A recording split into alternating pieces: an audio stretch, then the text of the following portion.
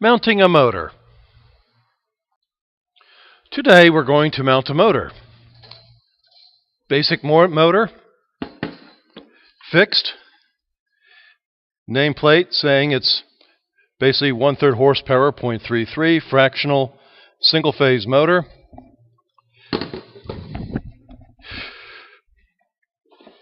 In mounting a motor, we start off with a bed plate. The surface considered to be your lab table is a bed plate. It's fixed. It will not change positions. It is what we mount everything to relatively. It will keep all of our driven, our load, and our driver, the motor, connected together in a fixed position. We'll start off with the motor with what's called risers. First of all, we put the motor in a position that we desire it to be, roughly aligned with these 4 slots. The front two, leaving the back 2 over to the end of the table alone, so that we'll mount the motor mounting holes 1, 2, 3, 4, with the motor shaft pointing towards the long part of the table.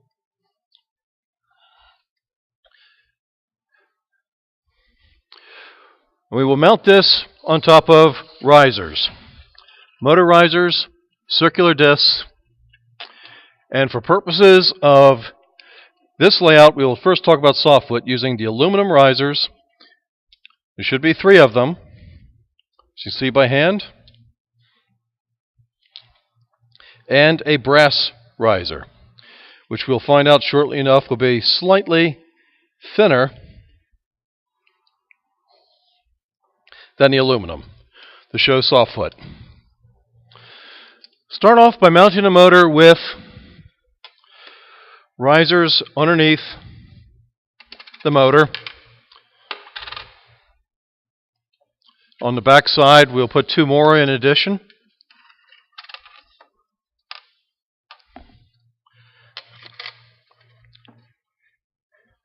Then all holes will be connected through with a 5/16 bolt, 5/16 diameter, number 18 pitch, 1.5 inches long, should look like this. We will need 2 flat washers, both with clearance holes for 5/16. Flat washer inserts, through hole,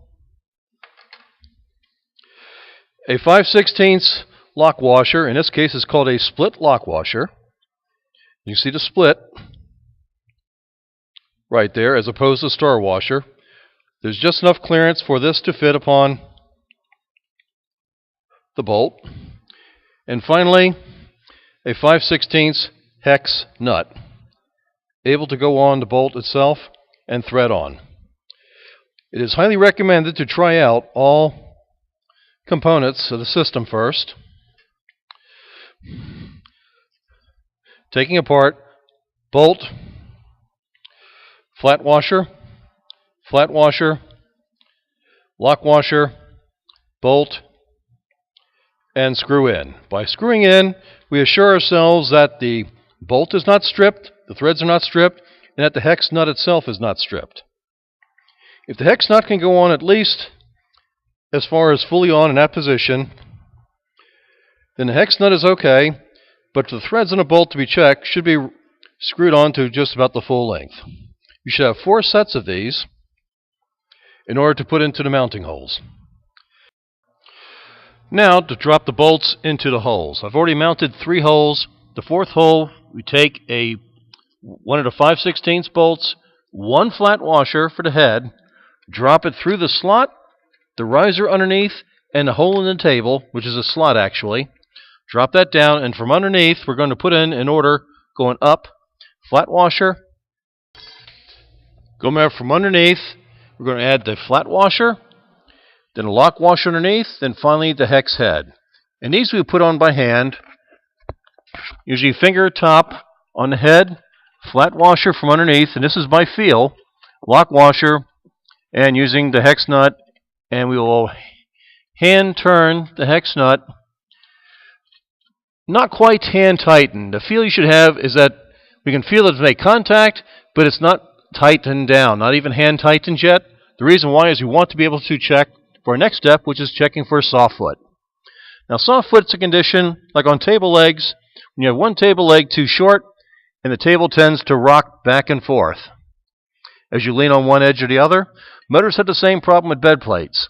So one of the things we will do is check for that condition. And right now I'm rocking the motor back and forth, and you should be able to see here a slight movement. That's referred to as soft foot. That soft foot is not an allowable condition. And so what we have to do is determine how much to shim or lay material underneath so that all the riser plus the shims and the bed plate are exactly the same height for the motor mount so that the motor sits flat and tight. Now, in order to do this, the preferred way to do this is to recall our old friend, the feeler gauge.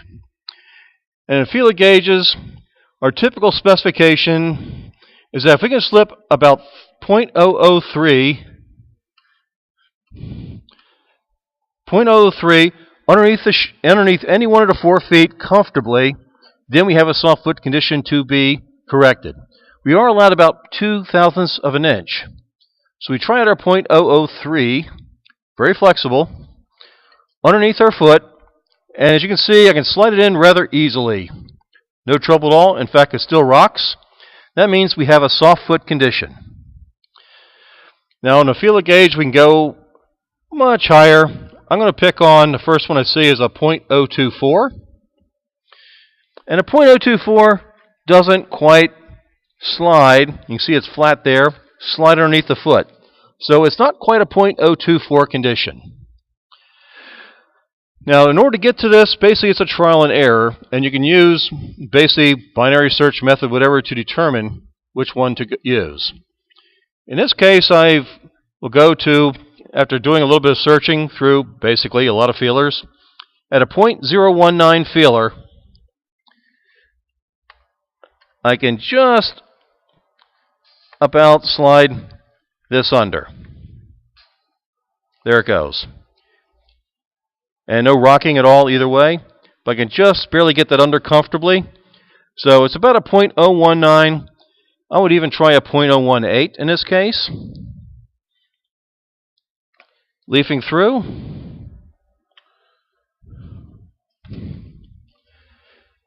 .018.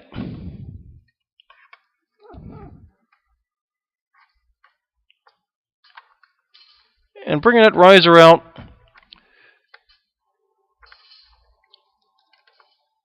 That does go through rather comfortably. So this is the shim choice 0.018. Unfortunately, we normally don't have 0.018 shims.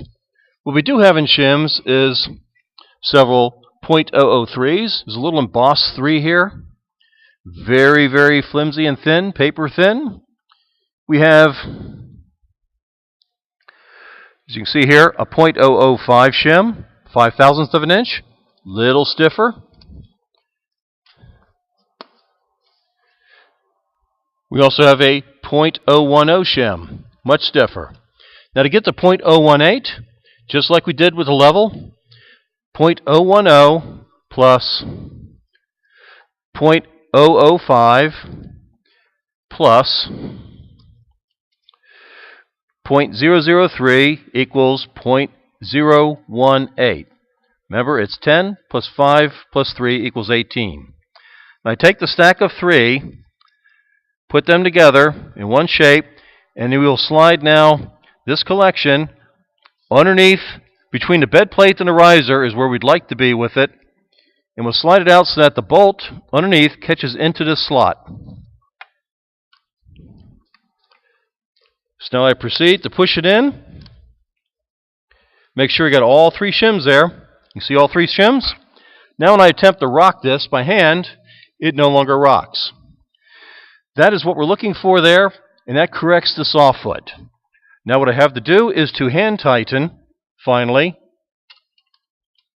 and do it diagonally, good torque pattern. So if I do this bolt first, I do the diagonally opposite bolt next, and hand tighten.